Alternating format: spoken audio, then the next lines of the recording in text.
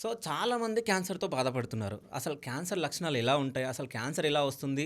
అని తెలుసుకోవడానికి మనతో పాటు ఇప్పుడు స్పెషల్ గెస్ట్ ఉన్నారు. ఆంకాలజిస్ట్ డాక్టర్ భవ్య గారు. నమస్తే మ్యామ్. నమస్తే అండి. ఎలా ఉన్నారు ma'am? Good, thank you. So చాలామంది క్యాన్సర్తో బాధపడుతున్నారు. సో ముఖ్యంగా మహిళలు బ్రెస్ట్ క్యాన్సర్తో బాధపడుతూ ఉన్నారు. సో బ్రెస్ట్ క్యాన్సర్ అసలు ఎందుకు వస్తుంది? అసలు బ్రెస్ట్ క్యాన్సర్ అంటే ఏంటి అసలు? సో నేను ఈ క్వశ్చన్కి ఇదివరకు ఎందుకు వస్తుంది అంటే డైరెక్ట్గా ఆన్సర్ చెప్పేదాన్ని. ఇప్పుడు ఆన్సర్ ఎందుకు వస్తుంది అని చెప్పడం తగ్గిస్తున్నాను. ఓకే. ఎందుకంటే ఇప్పుడు మీరు ఎందుకు వస్తుంది అని చెప్తే నేను చేయట్లేదు కాబట్టి నాకు రాదు అనుకుని చాలామంది అనుకుంటున్నారు. ఓకే. ఫస్ట్ మెయిన్గా నేను చెప్పాలనుకుంటే ఏంటి అంటే బ్రెస్ట్ క్యాన్సర్ అనేది ప్రతి మహిళకి వచ్చే అవకాశం ఉంటుంది. అంటే మీరు ఏం చేస్తారు ఏం చేయరు అనేది రెస్పెక్టివ్, జస్ట్ బ్రెస్ట్ ఉంది అంటే వచ్చే అవకాశం ఉంటుంది. ఓకే.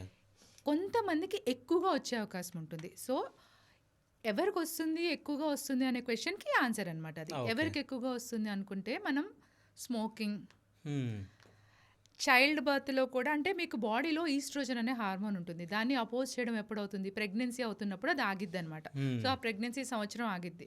సో దీనివల్ల పిల్లలు లేని వాళ్ళకి అన్అపోజ్డ్గా అవుతూ ఉంటుంది. ఈస్ట్రోజన్ అనే హార్మోన్ అపోజ్ లేకుండా అది ఎక్కువ సెక్రీట్ అవుతూనే ఉంటుంది. సో పిల్లలు లేని వాళ్ళకి లేదు, లేట్ చైల్డ్ బర్త్ అంటే మీరు 35 సంవత్సరాలు దాటారు, చైల్డ్ బర్త్ లేదు, సో అప్పుడు కూడా అన్అపోజ్డ్గా 35 years పనిచేస్తూనే ఉంది, అలాంటి వాళ్ళకి రిస్క్. బ్రెస్ట్ ఫీడింగ్ చేస్తే రిస్క్ తగ్గిద్ది.